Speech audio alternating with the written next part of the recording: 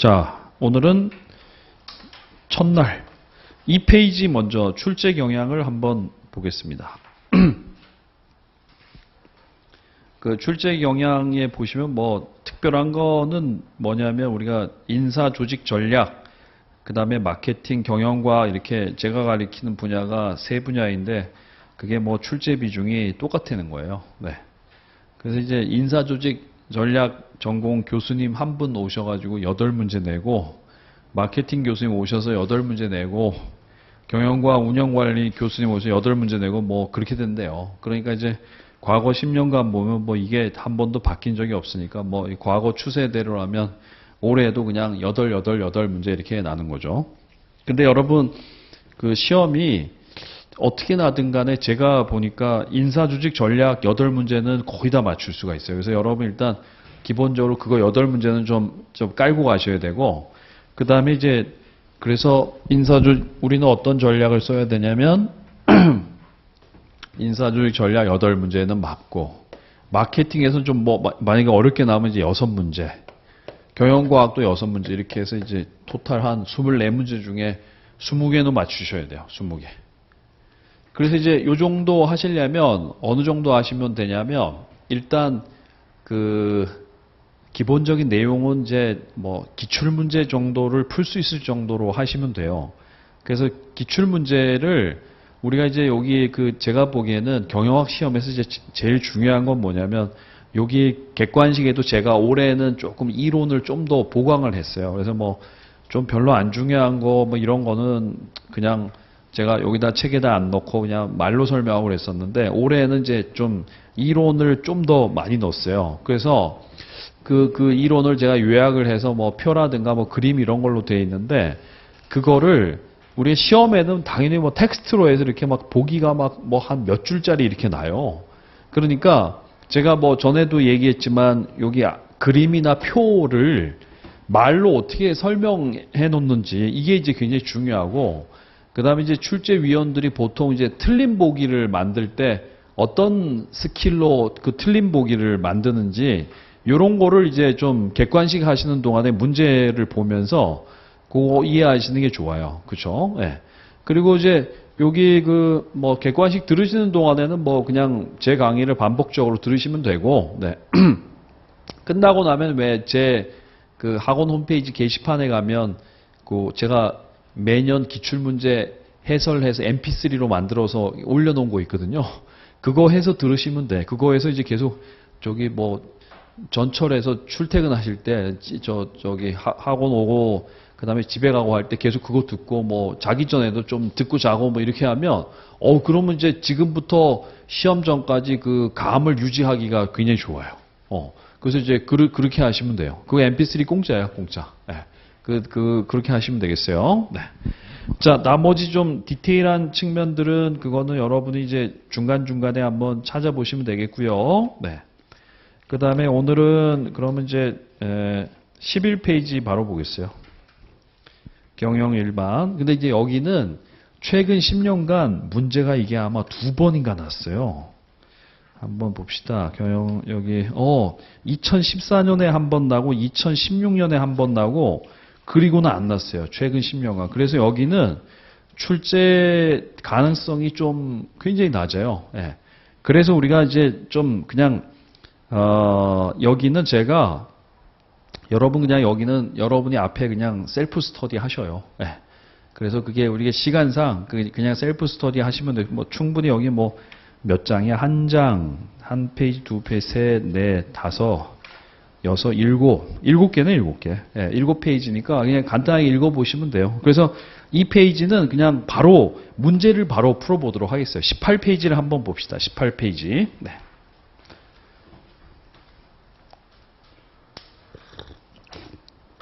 제가 보기에는 이제 뭐 시험에 나더라도 이 기존에 났던 그런 범위 내에서 날 확률이 높기 때문에 여기 있는 것만 한번 읽어보시면 되겠어요.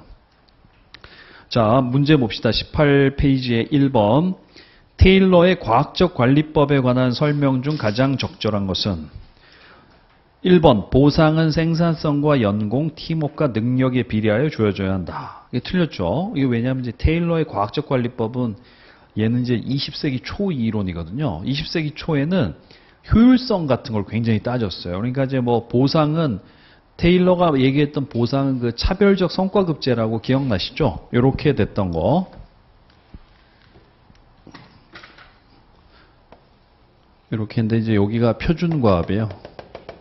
그래서 이제 표준과업을 이렇게 했는데 이제 표준과업을 넘어서면 임률을 좀 여기 높은 거를 곱해주고 표준과업 안 되는 사람은 임률 낮은 거 곱해줘요. 이렇게 돼서 이제 두 개 있었던 거죠.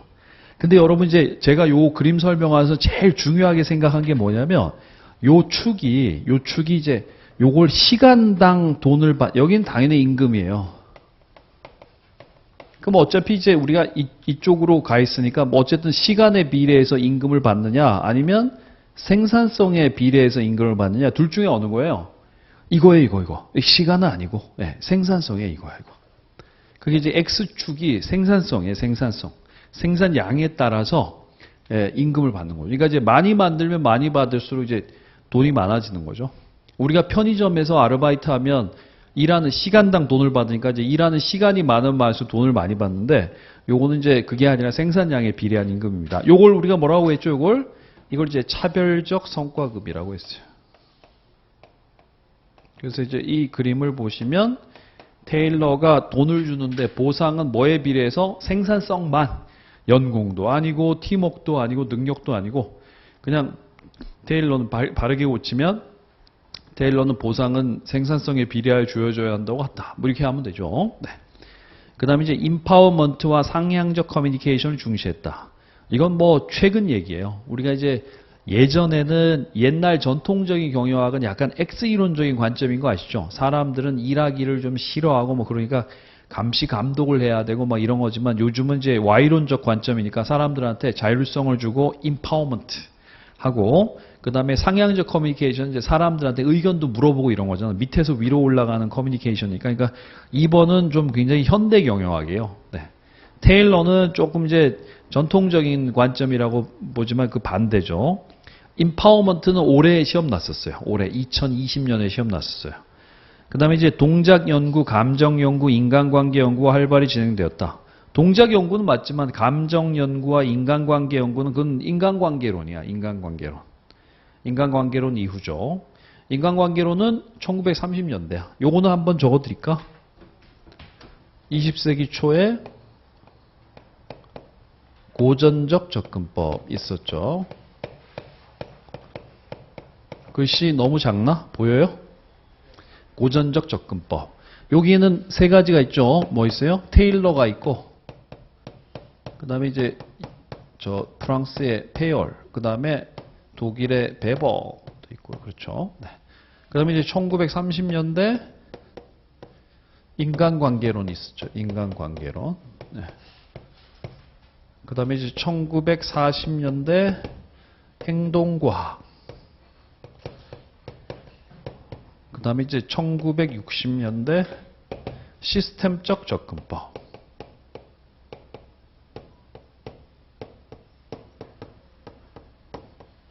그 다음에 1970년대 요게 상황론적 접근법. 그 다음에 이제 1990년대 뭐요? 자원 기반 관점, 리소스 베이스드 뷰. 이렇게. 뭐 요 정도는 뭐 요런 이제 시대 순으로 발전해 왔는데 여기다가 이제 요 정도 순서는 아시고 여기다가 이제 좀 간단하게 디테일 같은 거 구겨 넣으면 되죠. 자, 어쨌든 감정 연구와 인간관계 연구는 인간관계론 이후고 능률적 작업과 생산성 향상을 주된 목표로 하였다. 뭐 이게 맞죠? 네. 20세기 초에는 뭐 생산 현장이 굉장히 그 생산성이 낮았기 때문에 생산성 향상시키려는 뭐 이런 연구들이 많았죠. 또 여러분 테일러는 여기 보세요. 테일러는 이 사람은 이제 작업 현장의 감독관이었고 페열은 그 광산의 사장이었어.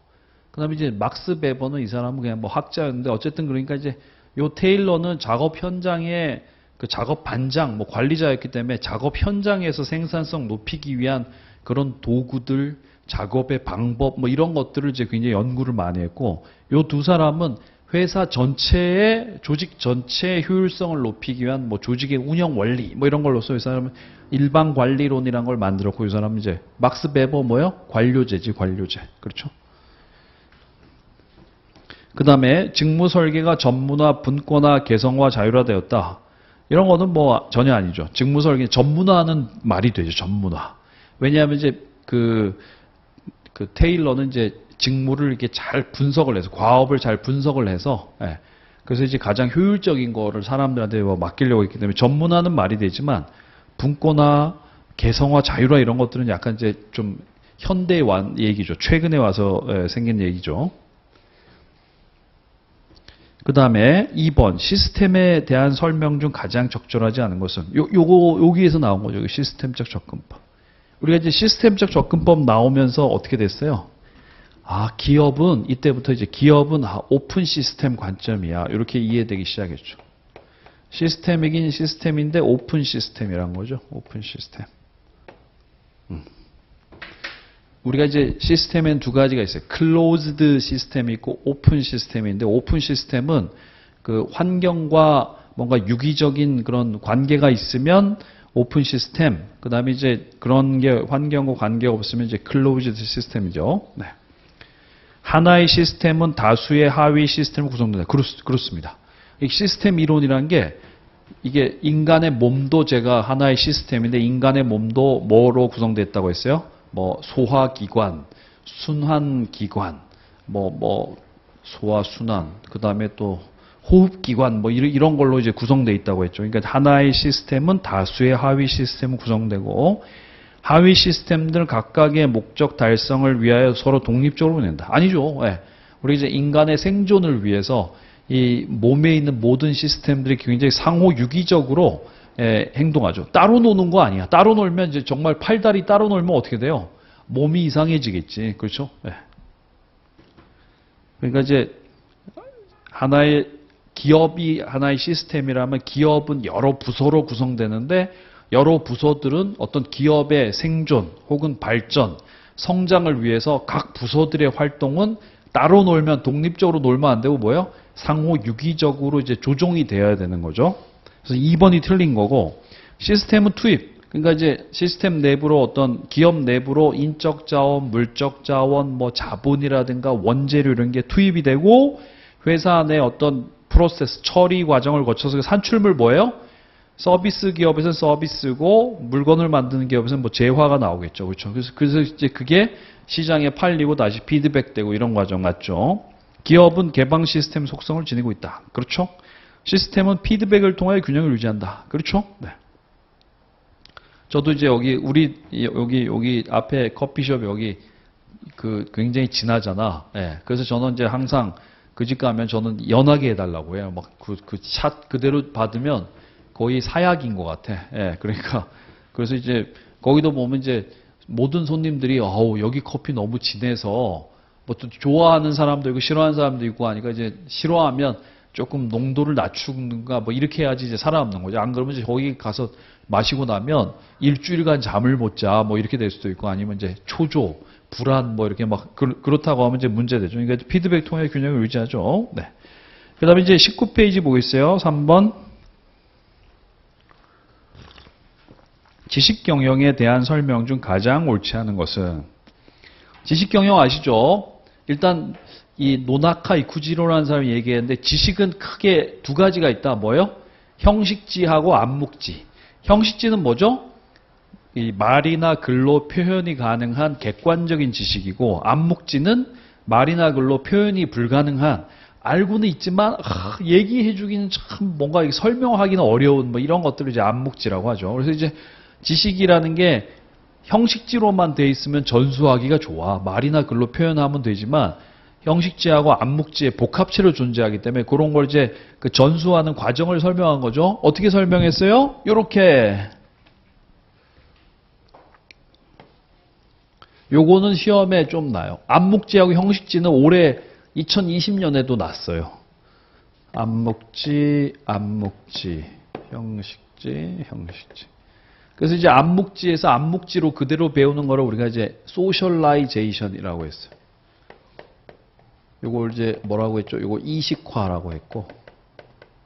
그다음에 이제 그러면 암묵지를 배웠잖아. 그러면 그 암묵지를 형식지원 누가 이제 빵 만드는 법 이렇게 책 쓰는 거야. 그거를 우리가 이제 분절화, articulation이라고 합니다. 분절화. 그다음에 이제 형식지에서 형식지로 배우는 거를 combination. 어떤 사람이 쓴 빵 만드는 법 책을 보고 그걸 배우는 거죠. 이게 연결화. 그래서 형식지에서 형식지로 배우는 거죠. 왜냐하면 빵 만드는 법 책이라는 게 그게 형식지니까. 그 다음에 이제 그렇게 하다 보면 자기만의 이제 여러 번 하다 보면 또 자기만의 노하우가 생겨. 형식지가 이제 자기만의 암묵지가 되는 걸 이제 내재화, internalization이라고 하죠.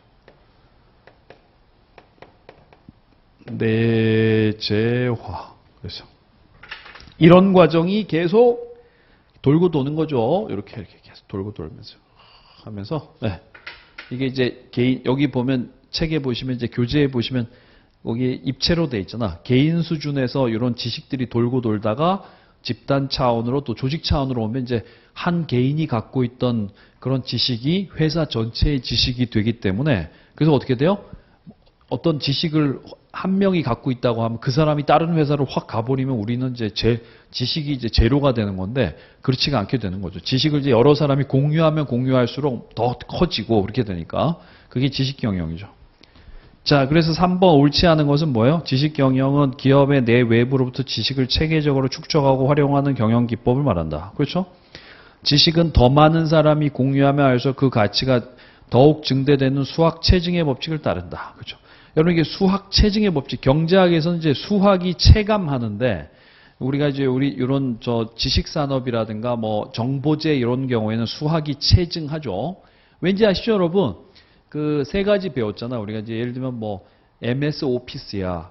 그런데 이제 MS 오피스 같은 거 처음에 개발할 때는 돈이 많이 들지만 하나 프로그램 만들고 나면 두 번째 거는 그냥 뭐 CD에다 구워서 팔거나 아니면 요즘은 아예 뭐 CD도 안 나오고 이렇게 자기네 서버에 얹어놓고 1년 번호 사가지고 넣으면 바로 다운받아서 깔게 해주잖아요. 그러니까 이제 거의 뭐 돈 안 들이고 버는 거야. 그렇죠? 예. 그러니까 이제 어쨌든 그래서 그 전에 개발 비용은 많이 들고 그 다음에 운영 비용은 거의 안 들고요. 그 다음에 또 뭐 있어요? 네트워크 효과. 사용자가 많아질수록 사용자들 웰페어 수준이 올라가는 거지. 우리나라도 보면 지금 휴대폰 시장에서 안드로이드가 훨씬 더 많으니까 항상 앱은 뭐가 먼저 나와요? 안드로이드 앱이 먼저 나오죠. 그러니까 어쨌든 안드로이드가 깔려있는 휴대폰이 훨씬 더 많으니까 안드로이드 이용자들의 웰페어 수준이 높지. 앱이 많으니까. 그렇죠. 삼성에서 개발한 OS 뭐지? 우리나라 어쨌든 1등이 안드로이드고 2등이 아이폰에 있는 iOS고 3등이 삼성하고 인텔하고 뭐 같이 타이젠인가 하는 뭐 그런 OS인데 그 삼성에서 개발한 그 뭐죠? 시계 같은 거 뭐 그런 데는 들어가고요. 인도에다가 내는 뭐 폰 이런 데는 들어간다는데 어쨌든 그런 건 이제 한국에 안 쓰는데 왜냐하면 이게 만약에 타이젠 깔면 여러분 쓸 수 있는 앱이 없을 거야 아마. 그래서 그렇게 했죠. 네. 그래서 어쨌든 그런 것 때문에 이제 수학 체증의 법칙이 나타나는 거고요. 지식은 형식지와 암묵지로 구분된다. 그렇죠? 암묵지는 학습과 체험을 통해 습득되지만 외부로 들어가지 않는 지식이다. 그렇죠? 그래서 이제 이게 암묵지가 이게 전수가 힘들어요. 보이지 않으니까 이걸 객관화할 수가 없기 때문에. 그래서 이제 이게 암묵지 같은 게 돈 되는 지식 이런 것들이 굉장히 많죠. 5번 형식지와 암묵지는 독립적인 지식 창출 과정을 거쳐 각각 저장되고 활용된다. 이거 틀린 거죠. 여기 보시면 여러분 이 5번 보기의 설명은 뭐야? 암묵지는 암묵지 나름 또 전수 과정이 있고요. 형식지는 또 형식지대로 전수 과정이 있어요. 뭐 그런 건데 그게 아니라 암묵지하고 이게 지식이 이제 암묵지였다가 형식지였다가 또 형식지가 또 암묵지가 되고 막 그런 과정이 되기 때문에 각각 뭐 저장되고 활용되고 그런 건 아니죠. 막 이게 섞이는 거죠. 네. 그 다음에요. 4번. 미국 경영학의 발전 과정 중 나타난 용어와 설명의 관계가 적절하지 않은 것은 시스템 이론, 이 60년대죠. 조직을 여러 구성인자가 유기적으로 상호작용하는 결합체로 봄. 그렇죠. 맞죠? 네. 다른 식으로 표현하면 뭐야? 이게 조직이라는 것은 하나의 시스템인데 하나의 시스템은 여러 가지 뭐예요? 구성인자를 다른 말로 뭐예요? 하위 시스템. 하나의 시스템, 여러 하위 시스템이 유기적으로 상호작용하는 결합체다. 이렇게 봤죠. 그리고 그 결합체가 또 뭐예요? 환경에 유기적으로 이렇게 좀 연결되어 있죠. 그래서 그걸 이제 오픈 시스템이라고 하는 거죠. 2번 행동과학 이론. 이게 이제 1940년대 나왔는데 인간관계를 중시하며 비공식 조직의 존재와 그 기능을 밝힌. 이건 아니야. 비공식 조직의 존재와 기능을 밝힌 연구는 얘입니다. 얘는 비공식 조직이야. 얘는. 이게 호손 실험을 통해서 등장한 거죠. 네.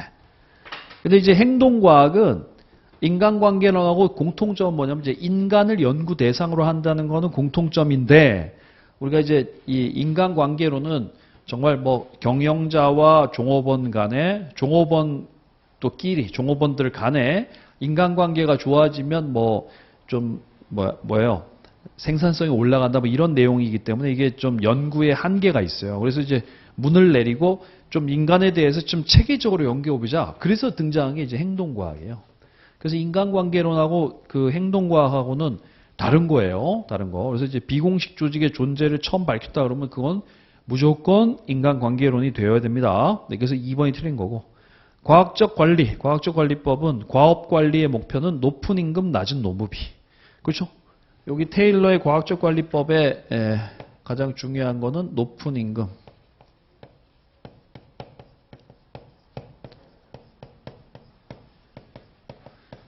이게 이제 어떤 의미가 있냐면 이런 거예요.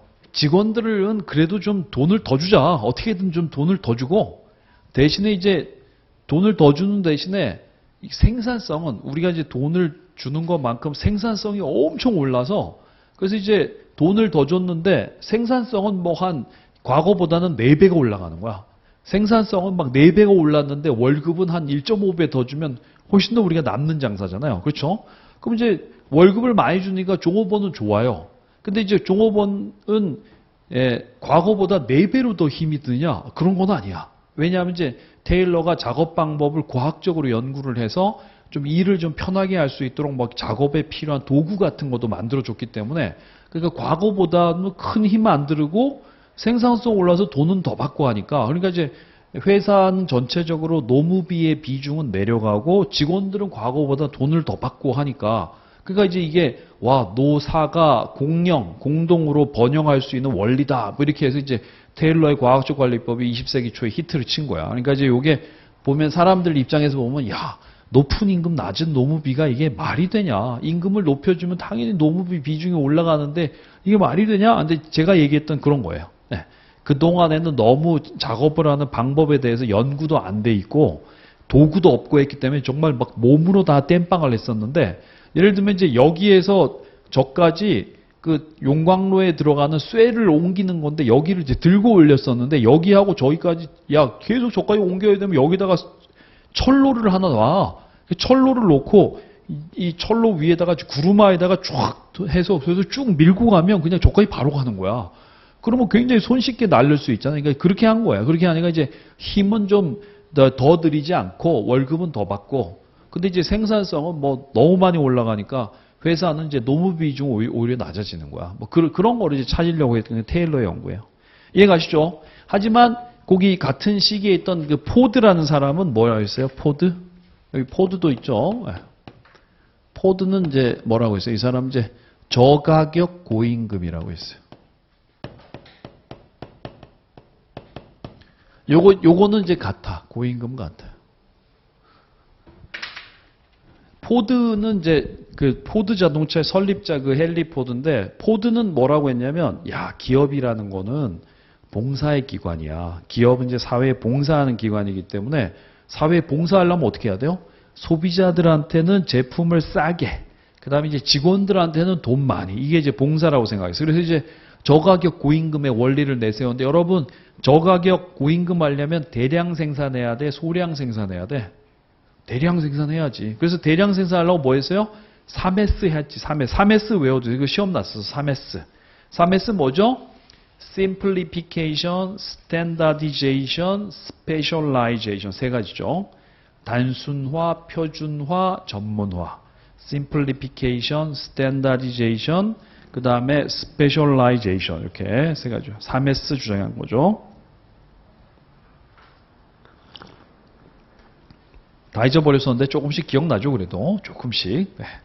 안 나면 안 돼. 그리고 오늘부터 이제 조금 하셔야 돼. 조금씩 이제 끌어올리셔가지고 네. 제가 보기에는 경영학을 뭐 하루에 막 5시간씩 공부하고 이런 거는 너무 시간 낭비인 것 같고, 네. 제가 이제 좀 수업 시간에 강조했던 거 이런 것만 포인트 집어가지고 이제 문제에다가 막 이게 좀 적어놓고 막 문제 좀 틈날 때마다 좀 자투리 시간에 좀 읽어보고, 그 다음에 이제 다 끝나고 나면 이제 계속 읽으면서 저기 MP3도 막 듣고 막 그렇게 하면, 예. 그러면 아까 제가 얘기했던 20개 정도는, 20개 밑으로 맞으면 조금 손해보는 느낌이죠. 예. 여러분 이제 회계사 시험 1차 합격하려면 경영학을 잘한다고 합격하는 건 아니잖아. 그러니까 이제 경영학 과목 같은 거는 이제 한 평균 이상으로 20개 이상 맞으면 평균 이상은 될 거야. 그러니까 그거는 이제 그 정도 기본 깔아주고 다른 과목들에서 좀 이제 중요한 과목에서 두각을 나타내셔야죠. 자, 그 다음에 4번은 구조조정은 뭐였죠? Re-engineering, benchmarking, outsourcing 뭐 이런 것들이 있었죠. 네. 여러분 이제 구조조정에도 크게 3가지가 있어요. 사업 구조조정. 이거 사업을 업종 전환하는 거야. 그 다음에 재무 구조조정은 어때요? 그런 거는 이제 좀 저거 뭐예요? 그 이자율이 높고 막 이럴 때는 이제 부채 비율이 높은 회사들은 막 돈 벌어서 이자 내고 나면 남는 것도 없고 막 그래서 이제 좀 자산 매각해서 부채 줄이고 뭐 이런 것들이죠. 예. 요즘은 근데 뭐 이자가 워낙 낮아가지고 이자 비용은 부담은 안 될 텐데 요즘은 또 이자가 낮은 대신에 회사가 좀 힘들죠. 성장도 없고 그런 데가 많죠. 어쨌든 근데 이제 여기서 말하는 구조조정은 뭐냐면 요건 이제 조직 구조조정이라고 해서 약간 좀 조직 혁신 방안들이야. 리엔지니어링, 벤치마킹, 아웃소싱 이런 것들은 이제 약간 조직 혁신 방안들이죠. 네. 5번에 있네. 포드 시스템 봉사주의와 저가격 고임금의 원리를 중심으로 하는 경영 이념을 가짐. 이거 꼭 알아두셔야죠. 네. 요거 2개 비교해서 항상 알아두셔야 돼. 요거 2개. 네. 뭐 테일러 거를 포드에다가 포드 거를 테일러에다 넣어서 이제 시험 낼 수 있죠. 5번 볼까요? 뒷장에. 인간관계론 내용에 관한 설명으로 옳은 것은 과학적 관리법과 유사한 이론이다. 이게 공인 노무사 문제인데 그냥 한번 봅시다. 네. 과학적 관리법 유사한 이론도 아니죠. 예. 왜냐하면 과학적 관리법은 고전적 접근법이 20세기 초고 얘는 이제 1930년대가 아니고 인간 없는 조직이라는 비판을 들었다. 이거는 약 과학적 관리법이야. 인간 없는. 그러니까 이제 사실 테일러가 굉장히 인본주의자였대. 근데 이제 테일러의 이론을 그냥 이렇게 좀 읽어보면 야 이거 사람들 너무 부려먹으려고 이거 좀 한 거 아니야? 약간 이런 느낌을 받을 수도 있어요. 그래서 이제 인간 없는 조직이라는 비판을 들은 건 그건 과학적 관리법이고 심리적 요인과 사회 요인은 생산성에 영향을 주죠. 굉장히 많이 준다고 밝힌 게 그게 인간관계론이고 비공식 집단의 인식했으나 그 중요성을 낮게 평가했다. 그것도 아니죠. 비공식 조직이 굉장히 중요하다라고 평가를 했고 정답은 5번이야. 사람 이름이네. 뭐 메이오하고 레슬리스버거가 한 거죠. 네. 호손 실험을 통해서 이제 정리된 게 인간관계론입니다. 6번도 한번 볼까요? 테일러의 과학적 관리법에 관한 설명이 옳은 것만 모두 고르는 것은 기업 부품을 표준화하고 작업이 동시에 시작하여 동시에 끝나므로 동시관리라고 한다. 이건 이제 포드 시스템이야. 포드가 대량 생산하려고 그 인류 최초로 컨베이어 시스템 만들었잖아요. 아시죠? 자동차 이렇게 이동 조립대에 얹어놓고 하는 거. 그러니까 이제 여러분 아침에 출근 딱 하면 이제 자기 작업장에 딱 쓰면 이제 윙 이렇게 하면서 컨베이어 벨트가 이제 윙 돌아가. 그럼 이제 동시에 작업을 이제 시작하고 멈추면 자동으로 끝나고 하기 때문에 그래서 이제 동시 관리, synchronization management라고 해서 동시에 작업 시작하고 동시에 끝난다고 해서 이제 동시 관리라고 합니다. 그리고 거기 이제 3S에 한 개 나왔네. 부품을 표준화하고 그 다음에 단순화하고 그 다음에 전문화하고 이렇게 해서 이제 대량 생산하려고 했고요. 기억은 포드 시스템이고 니은 과업 중심의 관리로 인간의 심리적, 사회적 측면에 대한 문제인식이 부족하다. 그렇죠. 인간의 어떤 심리적, 사회적 측면 이런 것들은 조금 차치를 하고 생산성 높이기 위해서 어떤 이제 작업에 관한 이런 것들을 이제 신경을 많이 썼죠. 과학적 관리법 맞죠? 여러분 이제 요거 니은은 이제 어떤 의미냐면 사실 이런 거야. 여러분 만약에 여러분이 이제 작업 현장에 있다고 하면 작업 현장에서는 이제 소위 말해서 중요한 게 이제 2가지인데 첫 번째가 뭐냐면 기계를 이용해서 그래도 좀 많이 생산성을 높이는 게 굉장히 중요해요. 그다음에 이제 2번째는 뭐냐면 그 기계를 활용해서 일하는 사람들의 만족도도 굉장히 중요한 거야. 그렇죠? 그러니까 이제 예를 들면 기계 시스템은 어때요? 기계 시스템은 물리학의 법칙이 지배하는 그런 세계고 그 기계를 활용하는 사람들은 뭐예요? 그건 이제 굉장히 좀 인간적이고 심리적이고 사회적인 법칙이 지배하는 심리학이 지배하는 세계이기 때문에 그 두 세계에는 법칙이 굉장히 달라요. 그래서 어떻게 이 두 개가 어느 정도 좀 균형을 밸런스를 맞춰야 돼. 기계적인 그런 생산성과 인간적인 만족이 약간 균형을 맞춰야지 생산성을 이빠이 높이려고 사람을 로봇처럼 일하게 만들었어. 그럼 어떻게 돼요? 사람이 거기 만족을 못 느끼고 떠나가게 돼 있고 그 다음에 이제 인간적 만족을 극대화시키면 어떻게 될까? 그럼 또 생산성이 너무 안 나와요. 그러니까 그 두 개 밸런스를 맞추는 게 중요하죠. 그래서 이제 테일러는 어느 쪽이야? 약간 기계적인 생산성에 약간 초점을 맞췄고 인간관계로는 어디에 초점 맞춰서 인간적인 만족에 초점을 맞춘 거죠. 근데 이제 그 두 개를 합치면 어떻게 돼? 그래도 좀 이제 밸런스가 맞는 거야. 그런 의미예요. 여러분도 공부하는데 이제 학원 와서 공부하는데 여기는 뭐 진짜 공부하기는 최적인데 공부 외에는 진짜 너무 힘든 거야. 뭐 공부하기는 좋은데 밖에 커피집도 없고 친구들이랑 좀 만나서 얘기할 수 있는 공간도 없고 그냥 여기는 무조건 딥딱 공부만 해야 돼. 그럼 어떻게 돼? 버티기 힘들죠. 그렇죠? 근데 또 여기는 또 너무 또 놀기는 너무 좋은 환경이야. 그럼 또 공부가 안 되잖아. 그러니까 이제 두 개가 좀 밸런스가 맞아야 되는 거지. 디귿 동일 작업에 대하여 과업을 달성하는 경우 고임금, 달성하지 못하는 경우 저임금. 요거잖아, 요거. 요거 일 잘하는 사람은 고임금, 일 못하면 저임금 이렇게 되는 거죠. 맞죠? 작업을 전문화하고 전문화된 작업자마다 직장, 포맨. 이게 이제 테일러가 좀 이렇게 과학적인 방법으로 작업을 연구를 해서 좋은 작업 방법을 알아놓으면 그 작업 방법을 이제 그 실행에 옮기던 사람의 작업 방법을 이제 원 베스트 웨이를 알고 있다가 사람들한테 이제 알려주던 사람을 포맨이라고 합니다. 직장.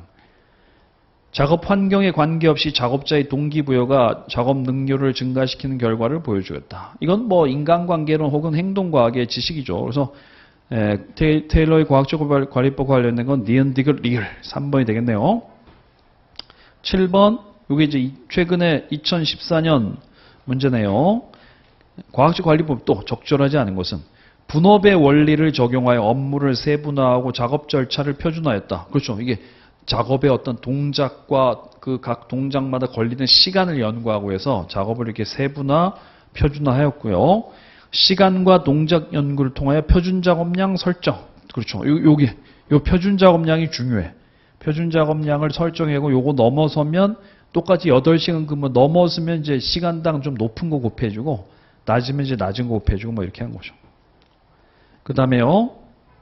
종업원 개인이 달성한 성과에 따라 임금을 차별화했다. 이거 좀 임금 차별, 차등화했고 조직의 관리 과정을 계획, 조직, 지휘, 조정, 통제 단계로 구분했다. 계획, 조직, 지휘, 조정, 통제 이거 처음 얘기한 사람은 페율이야. 이건 페율. 딱 보시면 아시겠지만 여러분 이제 감은 있어야 돼. 뭐? 테일러는 이 작업 현장의 관리자였기 때문에 뭔가 이게 작업 현장과 관련되어 있는 거고 이렇게 일을 할 때는 뭐 크게 계획, 플래닝, 오거나이징, 리딩, 그 다음에 코디네이션, 컨트롤링 뭐 이렇게 5단계로 해야 돼. 이런 거는 다 이런 쪽에서 나온 건데 이건 페율이 얘기한 거예요. 이거. 4번 보기는 페율의 얘기입니다. 페율. 이거 꼭 알아두세요. 그 다음에 5번 작업 능률과 생산성을 향상시키는 최선의 방법이 존재할 수 있다고 주장했다. 그렇죠. 이걸 이제 one best way 혹은 one the best way라고 했어요. 테일러는 이 작업을 하는 예를 들면 뭐 용광로에다가 넣기 위한 선처를 갖다 주기 위한 뭐 이런 것도 최선의 방법이 있다. 그래서 내가 이제 과학적인 방법으로 연구를 해서 최선의 작업 방법을 찾으면 우리는 이제 생산성 이빠이 올릴 수 있지만 못 찾으면 생산성을 높이지 못한다. 이렇게 주장한 거죠. 그래서 7번의 정답은 4번이고요. 8번도 한번 볼까요? 옳지 않은 것은 인간관계론의 호선 실험. 종업원의 작업 능률에 영향을 미치는 요인을 연구하였다. 그렇죠. 맨 처음에 이제 작업의 능률에 영향을 미치는 게 이제 뭐냐 해서 형광등 실험을 했어요. 조명 가지고 실험을 한 거죠. 조명 실험은 실험 집단과 통제 집단을 나누어 진행했다. 그렇죠.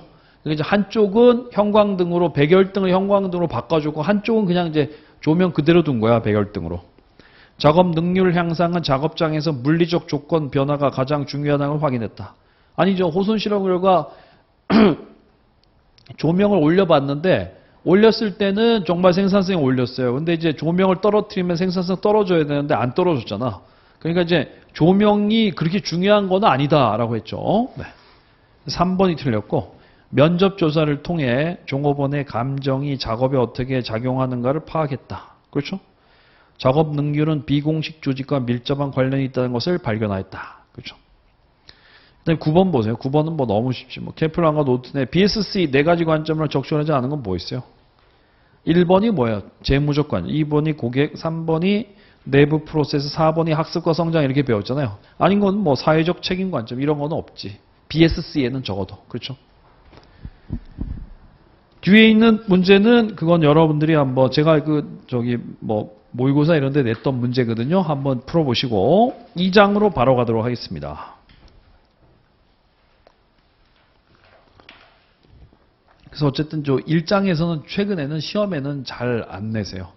그래서 문제가 어떻게 나냐면 여기 2장과 3장이 여러분 조직 행동이잖아요.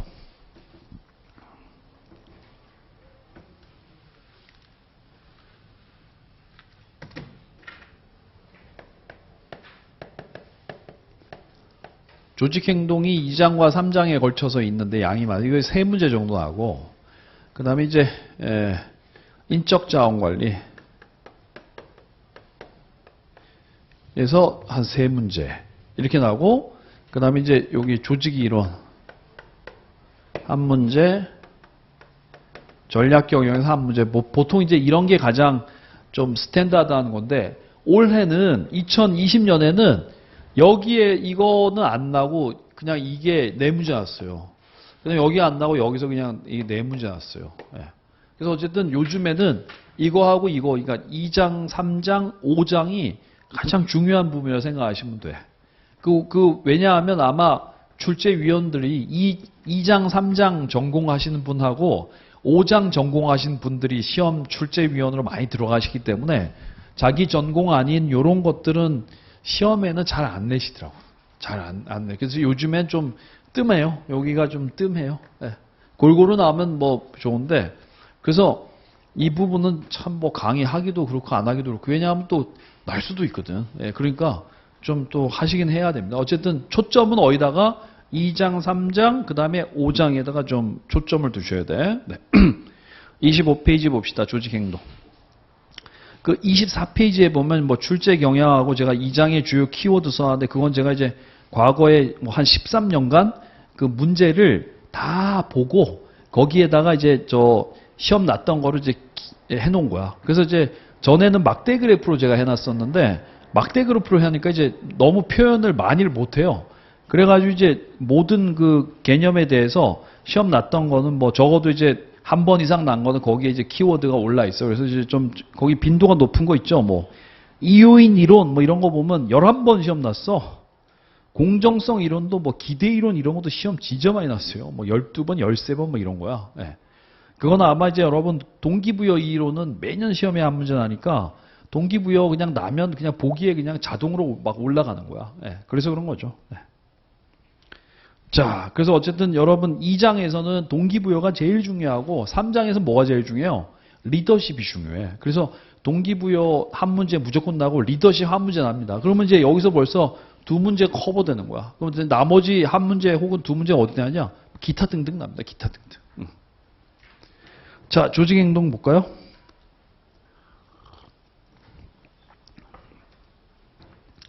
1. 학습 보겠습니다. 학습. 조직행동은 이제 우리가 뭐 왜 배운지는 아시죠? 조직행동은 개인을 뭔가 이게 고성과자로 만들기 위한 그런 연구를 배우는 거죠. 그래서 이제 학습. 학습은 이제 학습은 뭐예요? 어떤 뭐 정의는 뭐예요? 직간접적인 경험의 결과로 발생한 행동의 항구적 변화야. 그러니까 이제 뭐 그 경험이 내가 직접 뜨거워 이렇게 직접 만져보고 이제 다음부터 만지면 안 되겠네 이렇게 하든 아니면 누가 뜨거워 하는 걸 보고 저건 만지면 안 되구나 하든 어쨌든 직간접적인 경험의 결과로 발생한 행동의 항구적. 그 다음부터 이제 이거 만지는 행위를 안 하는 거야. 그걸 이제 뭐예요? 행동의 항구적 변화라고 합니다. 뭐지? 어디 동물들 농장 이런 데 보면 가끔 이제 전기 울타리 해 놓는 거 있어요. 그래서 이제 동물들이 거기 만져보고 깜짝 놀라서 그다음부터는 거기 이제 얼씬도 안 하더라고. 그렇죠? 네. 그런 거죠. 어쨌든 그런 게 학습이야. 그래서 학습은 여러분 우리가 이게 이제 독서실에서 공부하는 거야. 이게 이제 학습이 아니라 이 심리학에서 말하는 학습은 뭐예요? 행동의 변화를 의미합니다. 그래서 이제 그 행동의 변화를 가져오는 학습의 1번 고전적 조건화, 2번 조작적 조건화, 3번 사회적 학습 이렇게 세 개인데 고전적 조건화는 뭐였죠? 밑에 그림에 보시는 바처럼 뭐예요? 어떤 먹이라는 개한테 먹이를 주면 바로 침을 흘려요. 그래서 이제 먹이라는 건 무조건자, 침이라는 무조건 반응을 이끌어내기 때문에 무조건 자극이라고 합니다.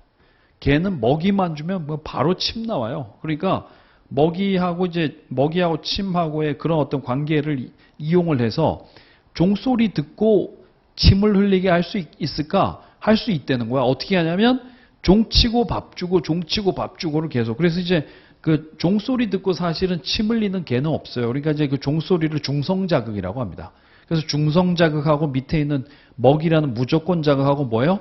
인접시켜놓고 반복하는 거야. 그래서 종치고 밥 주고 종치고 밥 주고 계속 반복을 하면 나중에 개가 그 종소리만 들어도 밥 주는 줄 알고 이제 미리 종소리 듣고 침 흘리는 거야. 그걸 고전적 조건화라고 합니다. 그래서 여러분 고전적 조건화는 뭐야? 그 그림 딱 보면 이렇게 해야 돼. 뭐? 무조건 자극하고 중성 자극을 어떻게? 인접식 두 개를 붙여놓고 반복하는구나. 인접과 반복이 제일 핵심이야. 거기서 제일 외워야 될 단어 뭐예요? 메모라이즈 해야 될 단어는 인접과 반복이야. 뭐를? 무조건 자극과 중성 자극을. 네. 그래서 여기서는 이게 고전적 조건화 이게 동그라미 3개인데 여기서 제일 중요한 건 먹이야.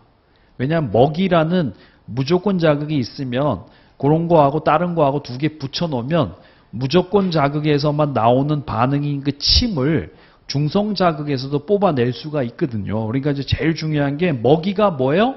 이거에선 매개체 역할을 하는 거야. 매개체 역할. 먹이가 제일 중요한 거야. 먹이가. 이해가 쉽죠? 네. 그렇지만 이제 고전적 조건화는 우리가 이건 인간의 행동을 설명하기에는 인간의 학습을 설명하기에는 좀 적절하지 않아요. 그렇죠. 그래서 이제 나온 게 2번의 조작적 조건화, operant conditioning. 스키너라는 사람이 있죠. 행위는 결과의 함수다 했어요. 그래서 뭐 이런 거 나왔죠. 행위는 결과의 함수.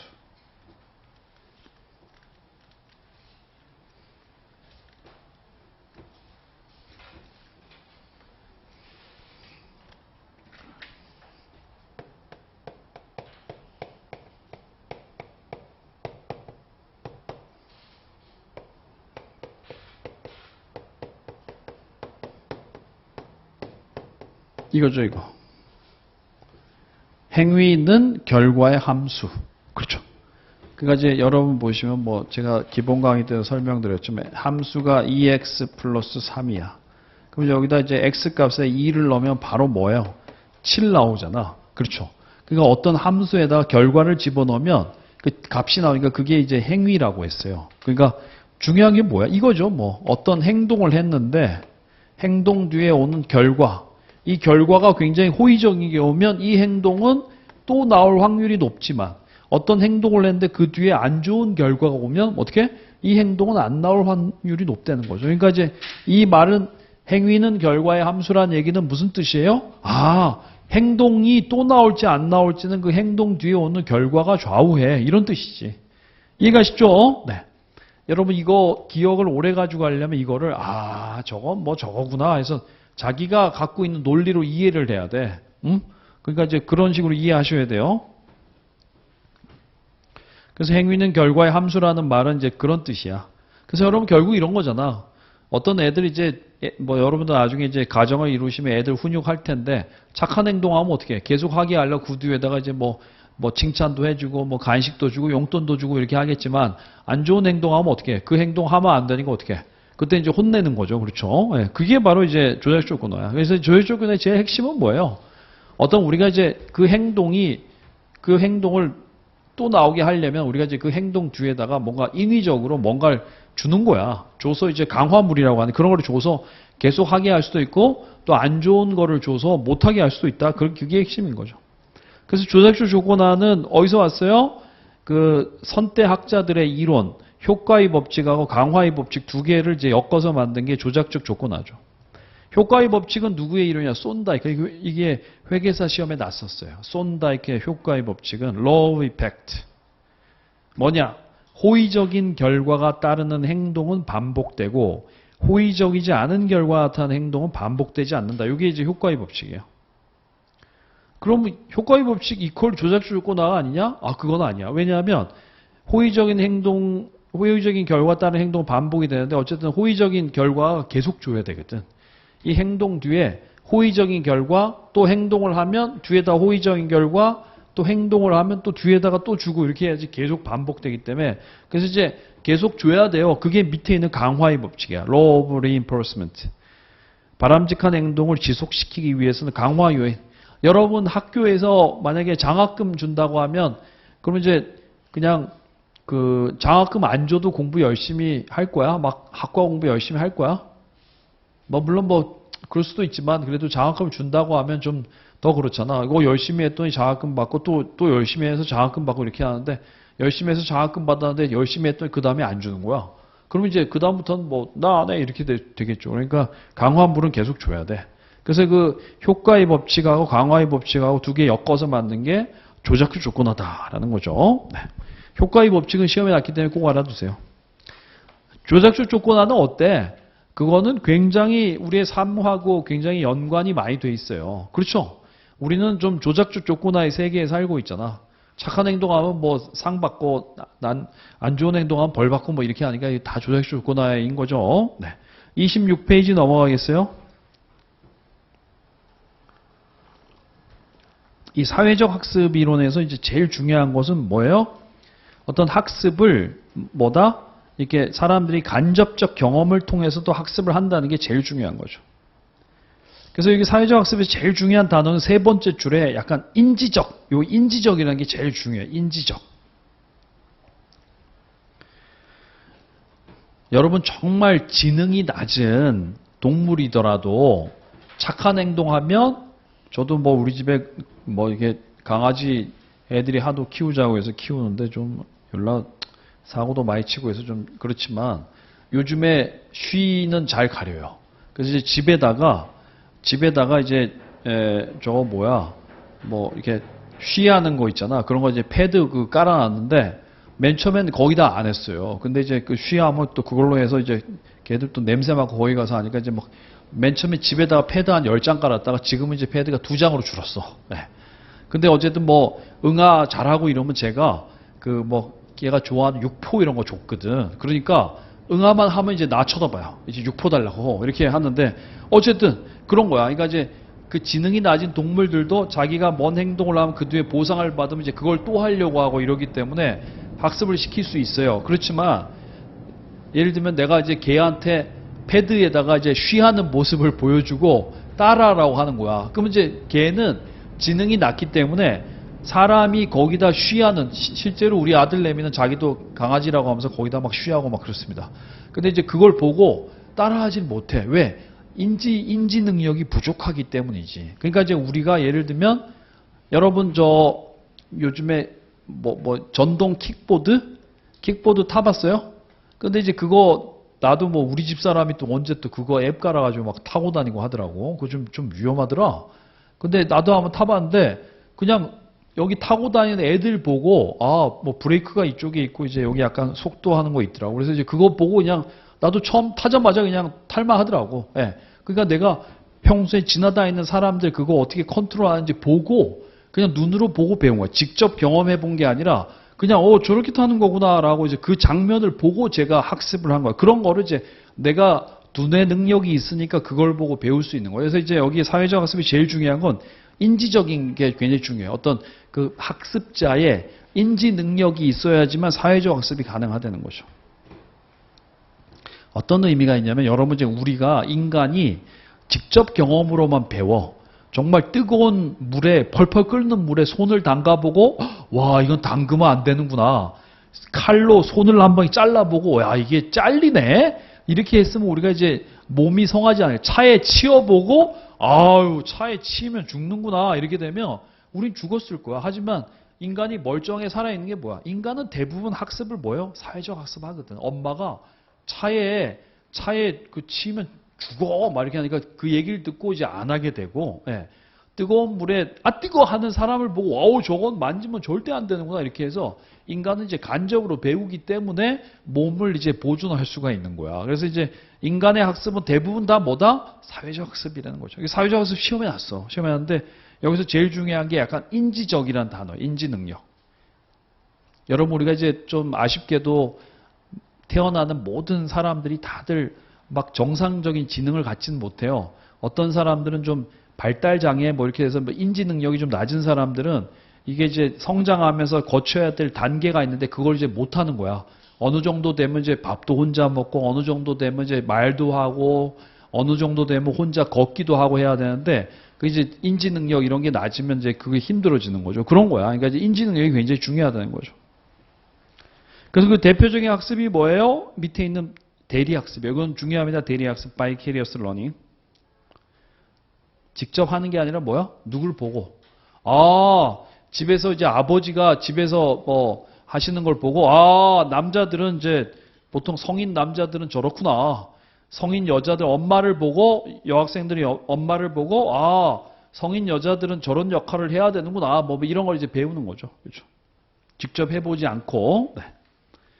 그래서 학습이론 세 가지 있다. 뭐 고전적 학습이론, 조작적 학습이론, 사회적 학습이 있는데 요즘은 이제 사회적 학습 이런 게 굉장히 강조가 되죠. 네.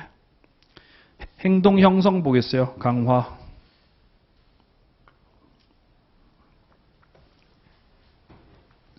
행동 형성의 네 가지 방법. 여러분 이제 요 강화는 시험에 잘 나는데 이건 이제 요거죠. 어떤 행동을 했어요. 그럼 이제 행동 뒤에 결과가 오는데 이 결과가 예를 들면 이제 어떤 좋은 거를 뭔가를 첨가해 줄 수도 있고 있는 거를 제거할 수도 있어. 그래서 첨가에는 좀 유쾌한 거일 수도 있고 불쾌한 게 올 수도 있고요. 네. 그 다음에 제거에도 유쾌한 거, 불쾌한 거 이렇게. 그래서 아까 우리가 이제 효과의 법칙에 따르면 어떤 행동 뒤에 호의적인 결과가 오는 행동은 반복이 되고 비호의적이면 호의적이지 않으면 반복이 안 되기 때문에 여러분 호의적인 게 어떤 거야? 유쾌한 거, 좋아하는 거를 첨가해 주는 호의적인 거고 불쾌한 건 아니죠. 그 다음에 이제 불쾌한 거를 빼주는 거, 제거하는 거야. 그래서 여기 있는 노란색은 그 책의 그림에서 보시면 붉은색이 이제 유쾌한 거를 첨가하는 게 긍정적 강화 혹은 긍자 빼고 파저티브니까 이제 플러스 정적인 강화다 이렇게도 얘기합니다. 그 다음에 오른쪽 하단에 있는 붉은색은 뭐예요? 불쾌한 거를 이제 제거해 주는 건 걔가 싫어하던 걸 빼주는 거야. 그런 거 이제 부정적 강화라고 합니다. 어쨌든 그래서 요 두 가지는 뭐 핵심은 뭐예요? 강화가 붙은 애들, 긍정적 강화, 부정적 강화가 붙은 애들은 둘 다 행동을 증가시켜 좋은 거거든. 반면 이제 초록색은 뭐예요? 그건 뭐 퍼니시먼트, 그건 이제 처벌이죠. 불쾌한 걸 이제 첨가해 주는 거. 너 왜 동생이랑 너 왜 욕하고 다니냐? 하면서 뭐 매맞고 하는 거죠. 네. 처벌. 그다음에 이제 속어는 뭐야? 좋아하던 걸 뺏는 거야. 좋아하던 거를. 너 동생이랑 싸우면 너 오늘 저녁에 무슨 뭐 TV 요즘에 뭐 EBS에 하는 만화 같은 거 재밌는 거 있다면 너 오늘 그거 못 봐! 이렇게 하는 거지. 걔가 이제 좋아하던 거를 뺏는 거야. 그게 이제 속어인 거죠. 그래서 초록색은 행동이 중단되고 그 다음에 이제 붉은색은 행동을 이제 증가시키는 거죠. 그래서 여러분이 만약에 상사라고 하면 직원들이 착한 행동을 하면 뭘 써요? 붉은색을 써야 되고 직원들이 안 좋은 행동을 하면 뭐야? 초록색을 써야 돼. 그렇죠. 그래서 이제 착한 행동을 많이 하게끔 해야 되는 거죠. 여러분, 그러니까 이제 요거 사실 행동 형성도 보면 이건 뭐야? 조작적 조건화야. 행동 뒤에 오는 결과를 조작하는 방법이 이렇게 네 가지가 있는 거지. 이게 이 네 가지가 뭐예요? 이게 조작적 조건화인 거야. 이해가 쉽죠? 네. 이거에 대해서 이제 얘도 알아야 돼, 여러분. 그거 뭐야? 모범적인 수용 생활을 한 죄수에게 가석방의 기회를 제공한다. 그러면 일단 그 죄수한테 첨가를 했는지 제거를 했는지 따져봐요, 여러분. 그러니까 그 깜빵에 있었는데 거기서 이제 빼줬으니까 이제 빼준 거야. 제거를 해준. 근데 뭘 좋은 거야, 나쁜 거야? 좋은 거지 뭐. 자유가 구속돼 있었는데 이제 빼주니까, 그러니까 이제 나쁜 데에서 불쾌한 거를 이제 제거해 주는 거기 때문에 뭐예요? 네 번째는 부정적 강화인 거지. 그래서 여러분 일단 어떤 만약에 아직은 예를 들어서 시험은 안 나는데 만약에 이제 예를 들어서 시험 나면 이게 뭐 불쾌한 거, 유쾌한 거를 첨가했는지 제거했는지 그렇게 따지면 돼. 그 문장을 가지고 그냥 하려고 하면 힘들기 때문에 분석을 해서 이게 뭐 좋은 거를 넣어줬는지 나쁜 걸 넣어줬는지 뭐 좋은 거를 빼줬는지 나쁜 걸 빼줬는지 뭐 이렇게 생각하시면 돼요. 아셨죠? 그럼 해봐. 두통이 와서 펜자를 먹었더니 두통이 사라져서 그 다음부터는 두통만 오면 펜잘 생각이 나. 그건 뭐야? 펜잘 사먹는 행위가 뭐를? 두통을, 안 좋은 거를 제거해 준 거죠. 없애줬으니까 그도 역시 부정적 강화인 거야. 아시겠죠? 네. 그 다음에 3번 강화주기 봅시다.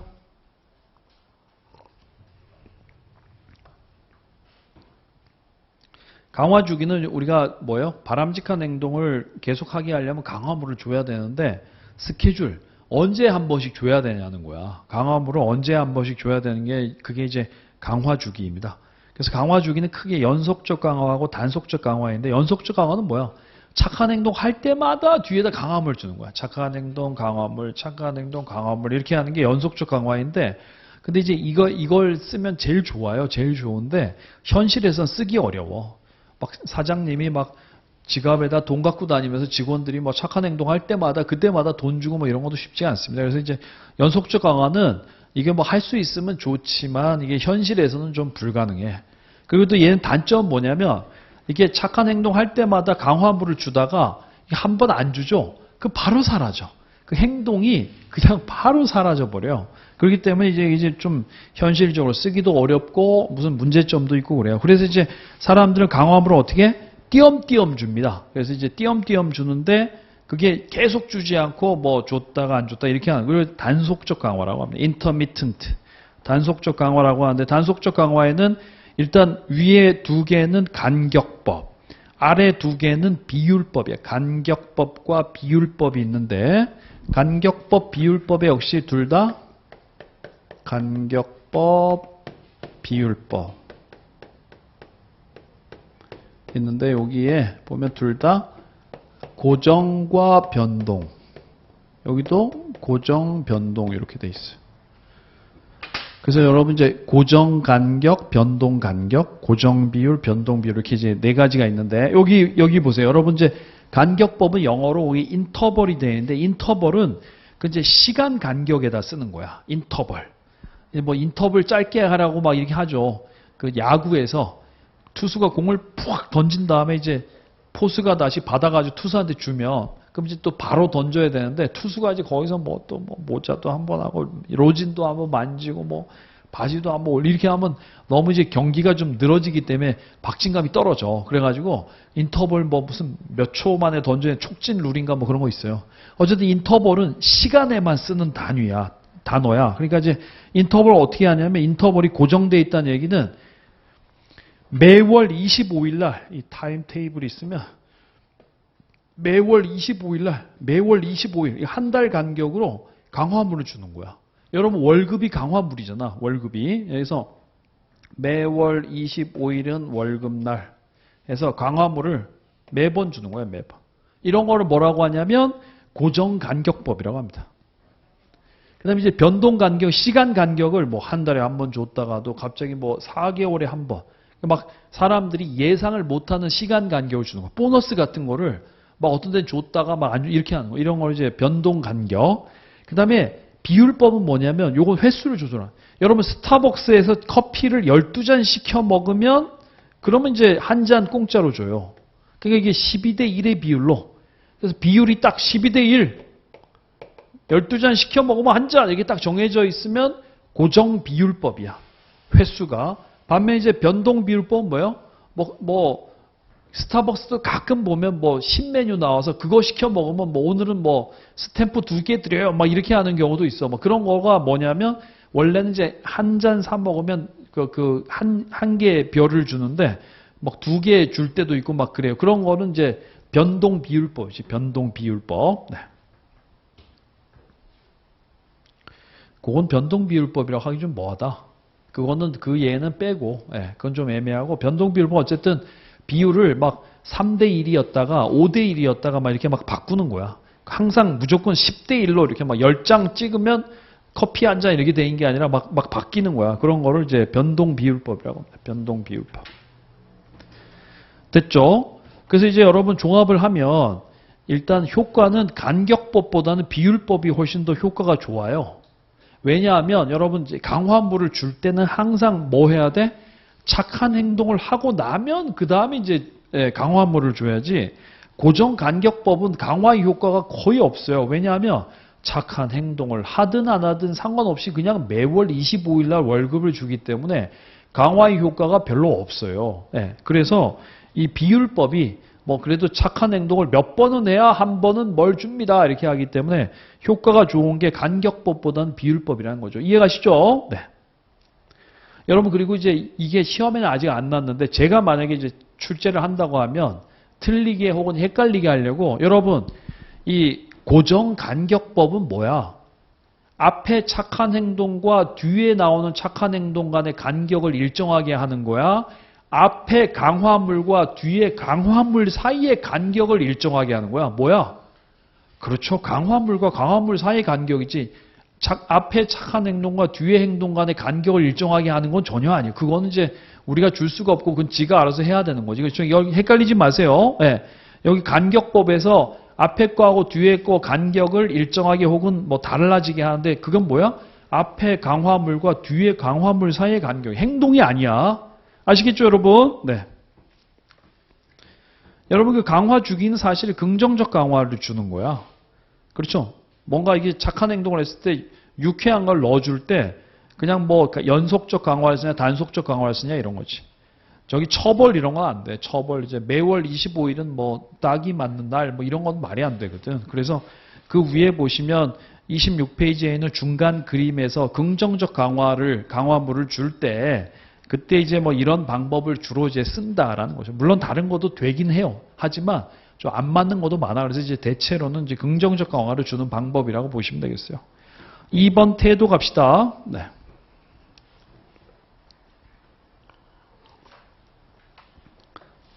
태도는 이건 이제 어떤 대상, 사람 또는 사건에 대해서 호의적, 비호의적으로 평가하는 거. 그러니까 쉽게 말하면 이제 뭐 누군가, 그게 사람일 수도 있고 아니면 물건일 수도 있어요. 그런 것에 대한 뭐예요? 좀 호의적, 비호의적은 뭐야? 좋다, 싫다 이런 느낌을 태도라고 합니다. 그래서 예를 들면 뭐 나이키를 좋아해. 나이키를 좋아하는 사람은 운동화 살 때 나이키를 살 확률이 높고 예를 들면 나이키를 싫어해. 그러면 나이키를 안 살 확률이 높은 거죠. 그러니까 이제 그게 어떤 그 대상에 대한 좋다, 싫다라는 느낌이 그 사람의 행동에 영향을 많이 미쳐요. 그래서 우리가 그 태도를 많이 배운 데가 어디냐면 마케팅이야, 마케팅. 그래서 여러분이 마케팅 관리자라면 어떻게 해야 돼? 소비자들이 우리 회사 물건에 대해서 좀 호의적인 태도를 갖게 만드는 게 중요하지. 그래서 어떻게 해? 광고할 때 사람들이 좋아하는 광고 모델을 쓰려고 하고 또 사람들이 좀 뭔가 우리 회사 물건 좋아하게끔 광고도 멋있게 뭐 이렇게 하려고 하는 거죠. 그렇죠? 자, 그래서 이제 마케팅에서는 뭐 우리 회사 제품에 대한 태도가 중요하지만 여기 이제 우리가 그냥 조직 행동에서는 뭐예요? 그 사람들이 이제 우리 회사에 대한 회사를 좋아하는 사람도 있고 자기 다니는 회사 싫어하는 사람도 있고 그러잖아. 그렇죠? 네. 그런 거에 따라서 뭐 이제 좀 차이가 나는 거야. 그래서 이제 태도를 배우는데 태도의 구성 요소 보세요. 이건 시험에 잘 나죠? 거기 있는 태도의 3요소하고 맨 밑에 있는 조직 몰입의 구성 요소 있죠? 그 두 가지는 시험에 진짜 잘 나. 세 가지인데 세 가지니까 어떻게 묻냐면 태도는 인지적, 정서적, 행동적 요소로 구성된다. 조직 몰입은 정서적, 지속적, 규범적 몰입으로 구성된다. 이렇게 해서 이제 한 줄로 보기에 시험이 잘 납니다. 뒤에 가면 이제 문제 나오겠지. 네. 그래서 세 가지는 꼭 외우셔야 돼요.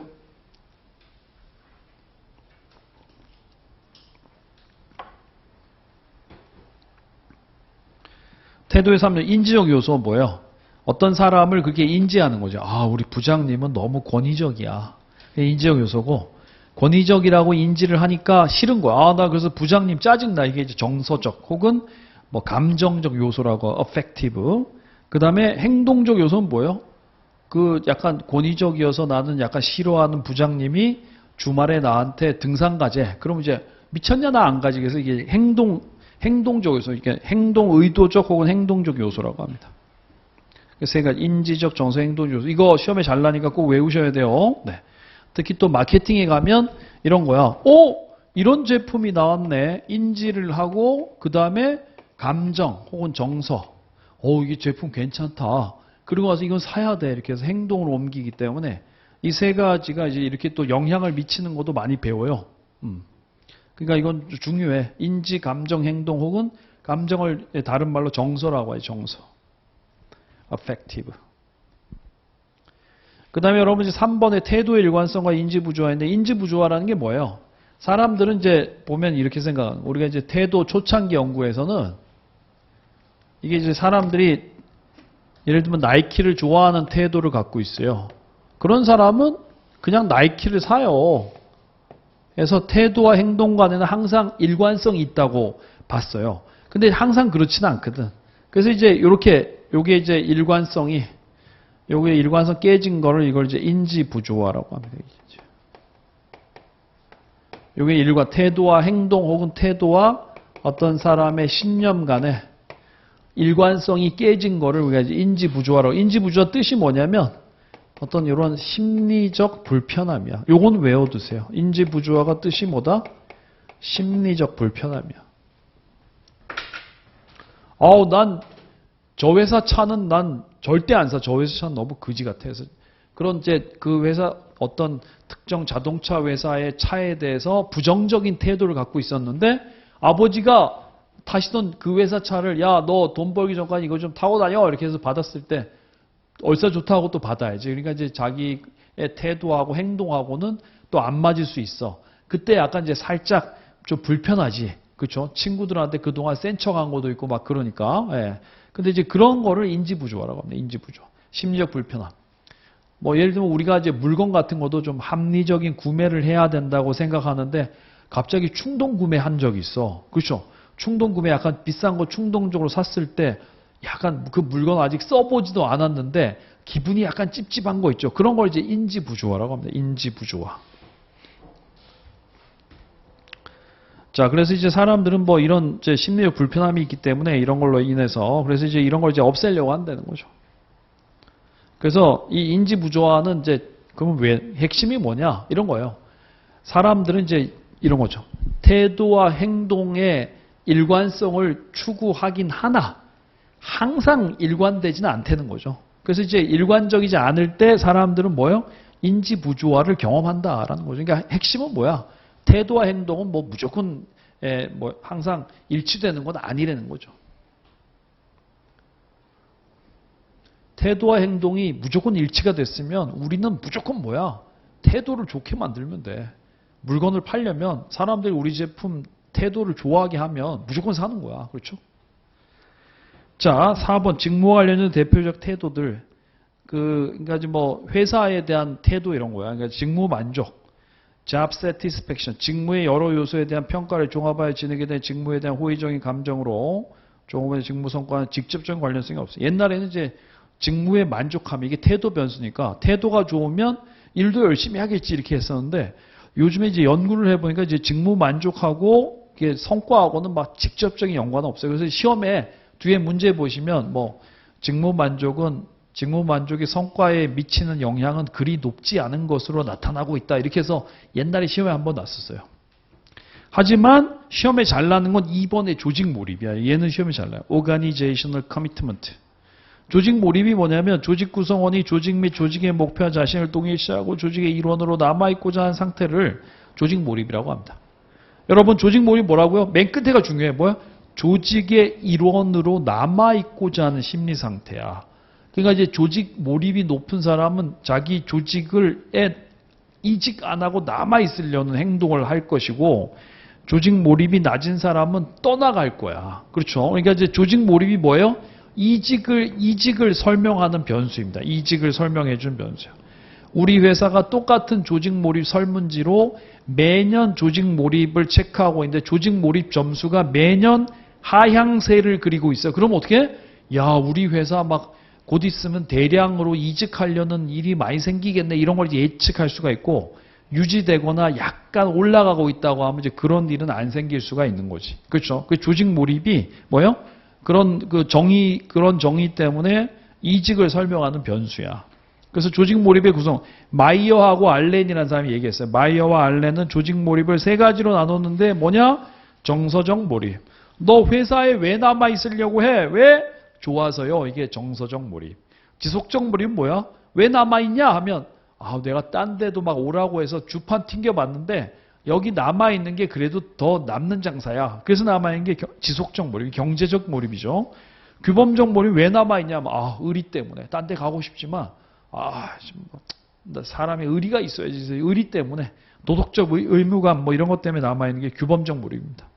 그래서 이 세 가지 시험이 잘 나요. 근데 이게 뒤에 문제 보시면 태도의 3요소, 조직 몰입의 3요소 이제껏 한 번도 틀리게 연결해 놓은 적은 없어. 얘는 무조건 계속 맞게 놨어요. 특이하게. 네. 그렇다고 해서 너무 안심하지는 마시고. 그 다음에 28페이지 조직 시민 행동 보겠어요.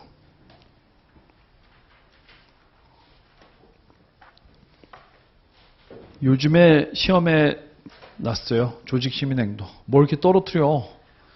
저 빨리 주소가. 조직 시민 행동 뭐예요? 여러분 이제 조직 빼고 시민 행동만 보세요. 시민 행동 뭐야? 뭐 용감한 시민상 같은 거 있잖아. 그러니까 이제 우리가 보통 시민 행동이 뭐냐면 자기가 사회로부터 부여받은 임무는 아니지만 그런 행동을 그냥 조직의 발전을 위해서 이게 사회의 발전을 기꺼이 하는 거야. 이런 거 있죠, 가끔. 내가 보기에는 우리나라 사람들이 사람들이 내가 보기에는 젠틀해. 예. 이런 거, 여러분 길 가다가 화물 트럭에서 예를 들면 사과가 와르르 쏟아졌어요. 그러면 이제 다른 나라는 보니까 그런 거 과일 쏟아지면 진짜 막 사람들이 다 훔쳐가요. 근데 우리나라는 갑자기 뒤에 트럭 뒤에 오던 관광버스가 갑자기 서더니 사람들이 다 그냥 장갑 끼고 내려요. 내리더니 사과를 그냥 박스를 다 주워서 그냥 도로에 떨어진 사과를 다 해가지고 막 다 실어줘요. 네. 그렇게 해서 쫙, 그리고서 그 사람이 고마워서 사과 줘도 됐다면서 그냥 바로 쿨하게 그냥 사라집니다. 또 이렇게 사거리에서 좌회전 봤던 트럭이 좌회전을 좀 세게 하면서 그 차에 실려있던 맥주가 와르르 쏟아졌어요. 그래서 그 사거리에 유리가 와르르 됐는데 길 가던 고등학생들이 갑자기 거기에 사거리에 나와서 그래서 이제 그거를 막 깨진 병을 막 주워 담는 거야. 걔네가 또 주워 담으니까 길 가던 또 여고생들도 같이 와서 그러다가 또 그 인근의 가게에 있는 알바생이 이제 빗자루하고 막 이거 갖고 와서 막 하고 그러다 신고해서 이제 나중에 경찰이 이제 그 학생들이 교통도 막 이게 차단 안 하고 하니까 이제 경찰은 막 이거 차단해주고 막 이렇게 해서 진짜 순식간에 사거리가 사고 없던 것처럼 됐어요. 그러니까 이제 그거는 그 사람들이 사실 그런 거 있는 거는 이제 청소하시는 분들이 해야 될 일이지만 갑자기 이제 그 사람이 없으니까 자기가 이제 그런 임무를 부여받았다고 그런 행동을 하는 그런 걸 이제 시민 행동이라고 하는 거죠. 그러니까 조직에서 실제로 자기의 공식적 업무는 아니야. 여러분 이제 회계사 되셔서 회계법인 갔는데 자기의 업무는 아니지만 조직의 발전을 위해서 기꺼이 하는 그런 걸 이제 조직 시민 행동이라고 합니다. 조직 시민 행동. 그래서 이제 조직 시민 행동에 뭐가 있냐면 이성예 신공 이거 외워요. 이성예 신공 이타적 행동. 친구가 동료가 점심 먹으러 가자 이렇게 하는데 야 나 오늘 바빠서 지금 나 밥 못 먹으러 가니까 너 먼저 먹고 와 이렇게 하는 거죠. 그러면 이제 밥 먹고 오다가 동료 생각이 나서 김밥이랑 음료수 이런 거 하나 야 먹으면서 해 이렇게 사다 줘. 이런 거 이제 이타적 행동이야. 친사회적 행동. 성실한 행동은 우리 회사에서 9시부터 6시까지는 일하게 돼 있잖아요. 그러니까 그 시간 내에는 농땡이 안 치고 열심히 일하고 회사의 비품 이런 것도 굉장히 아껴 쓰고 막 이런 거야. 성실한 행동. 예적 행동은 휴가 가거나 이럴 때 자기 때문에 피해 안 보도록 일을 이제 다 이렇게 좀 해놓고 가는 거죠. 네. 신사적 행동은 남들 험담하고 뒷담화하고 이런 걸 안 하는 거고, 공익적 행동은 회사의 어떤 행사 이런 거에 좀 솔선수범하고 이런 걸 이제 공익적 행동이라고 합니다. 그래서 이제 이런 5가지 행동을 하면 어때요? 이게 사람들 간에 갈등이 거의 안 생겨. 그래서 이게 이제 이런 조직 시민 행동을 뭐라고 하냐면 뭔가 이제 좀 윤활제 같은 행동이라고 합니다. 윤활제 같은 행동. 이게 조직 시민 행동이야. 그래서 이제 이 행동을 한다고 해서 바로 성과가 올라가. 성과는 뭐 해야 돼? 일을 더 해야 올라가는 거지만 이 조직 시민 행동은 뭐예요? 이렇게 되면 사람들 간의 관계가 좋아지기 때문에 그래서 이제 이런 걸 뭐라고 하면 다른 말로는 맥락적 성과라고 합니다. 맥락적. 밑에 깔리는 성과. 영어로는 이제 contextual performance로. 실제로 이제 업무 성과가 올라가는 게 아니라 사람들 간의 관계가 좋아지기 때문에 굉장히 뭐 팀워크도 좋고 막 관계도 좋고 하니까 거기다 이제 어떤 일을 딱 던져주면 어우 잘 돌아가는 거야.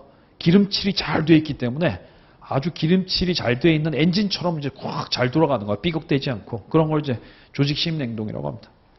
그래서 여러분이 나중에 훌륭하게 되셔가지고 회계법인 차렸는데 여러분 회사의 직원들이 회사 일을 막 내 일처럼 막 열심히 시키지 않은 것도 막 열심히 하고 막 그런 행동하면 여러분이 경영 잘하는 거야. 그러니까 보통 여러분 어때요? 회사 다닐 때 어떻게? 일은 최소로 하고 돈은 많이 받아가려고 하는데 사람들이 이제 자기 투입 이런 거 별로 생각 안 한다는 거지. 예. 왜 그럴까? 회사가 잘해주니까. 회사가 자기한테 잘해주니까 당연히 그렇잖아. 뭐 내가 여러분한테 뭐 잘해주고 하면 여러분도 그런 호의를 받으면 또 자기도 또 호의를 베풀려고 하듯이 그런 거야. 종업원들도 회사에서 자기는 잘해주는 거야. 자기의 발전을 위해서 회사에 신경 써주고 여러 가지 복리후생도 신경 써주고 이렇게 되면 그럼 회사가 자기한테 잘해주니까 일방적으로 받기만 하면 나쁜 사람이지. 그러니까 어떻게? 자기도 회사를 위해서 그래도 뭔가 해줘야 되겠네. 이런 걸 느끼는 거지. 그게 조직 시민 행동이에요. 4번 감정. 감정은 시험에는 뭐 잘은 안 납니다. 그래서 이게 2번의 감정 노동과 감정 지능만 알아두시면 돼. 감정 노동은 뭔가요? 우리가 육체 노동은 육체를 쓰는 노동이고 정신 노동은 정신력을 쓰는 노동인데 감정 노동은 감정을 쓴다기보다는 뭐냐? 감정을 강요당하는 거야. 감정을 강요당하는 거. 이거죠, 여러분. 우리가 이제 실제로 느끼는 감정, 진상 고객하고 콜센터 직원 진상 고객하고 통화할 때 느끼는 그런 감정과 하지만 또 고객한테 표현해야 하는 감정이 또 있어요. 근데 이 감정이 일치하면 됐지만 이게 이제 불일치하는 거야, 불일치.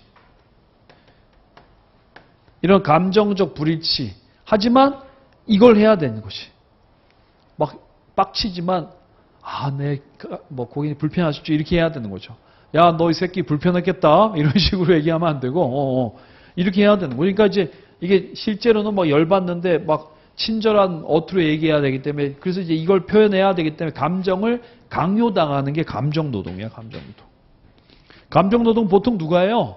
서비스직 종사자가 하는 거죠. 여러분도 이제 회계사가 서비스 종사자이기 때문에 이제 뭐 어떤 고객들 만나면 좀 이상한 고객도 있고 하기 때문에 그렇게 또 있어요, 또. 예. 부가세를 깎아달라고 하는 사람이 있어.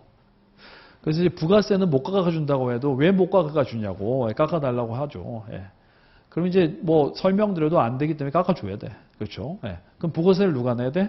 여러분이 내야 되는 거죠. 예. 자, 어제는 그런 걸 감정 노동이라고 한다. 그 다음에 감정지능은 뭐예요? 감정지능은 자신의 감정도 잘 알고 타인의 감정도 잘 이해를 해서 그런 거를 이제 잘 관리해주는 그런 역량을 우리가 이제 감정지능이라고 합니다. 29페이지에 있는 것처럼 자기 감정도 잘 인지를 하고 인지가 되니까 관리가 되는 거야, 관리가. 자기 감정을 모르면 관리가 안 될 텐데 그래도 자기 감정이 어떤 건지 아니까 이제 관리가 되고 타인의 감정도 잘 이해를 하고 또 관리를 해주고 이런 게 이제 그게 감정지능입니다. 여러분 이게 감정지능이 낮으면 저기 사회생활을 못해. 그렇죠? 네. 다른 사람이 슬플 때는 같이 좀 슬퍼해주고 기쁠 때는 기뻐해주고 해야 되는데 그게 이제 다른 타인이 느끼는 감정 같은 거를 이제 읽지를 못하면 그런 걸 뭐라고 그래? 사이코패스라고 하지 않나? 그렇죠? 네. 그 남들이 이제 슬픈 일을 당하면 그러면 안 됐다 이렇게 해야 되고, 예. 근데 이제 남이 나쁜 일을 당했는데 그거 가지고 막 웃고 막 이렇게 되면 그런 건 좀 나쁜 사람이죠, 그렇죠? 예. 자기도 이제 그렇게 당할 수가 있죠. 네. 어쨌든 그게 감정지능이다. 그 다음에 이제 5번 성격 보고 있어요, 성격. 성격부터는 잠깐 쉬었다가 할까요? 네.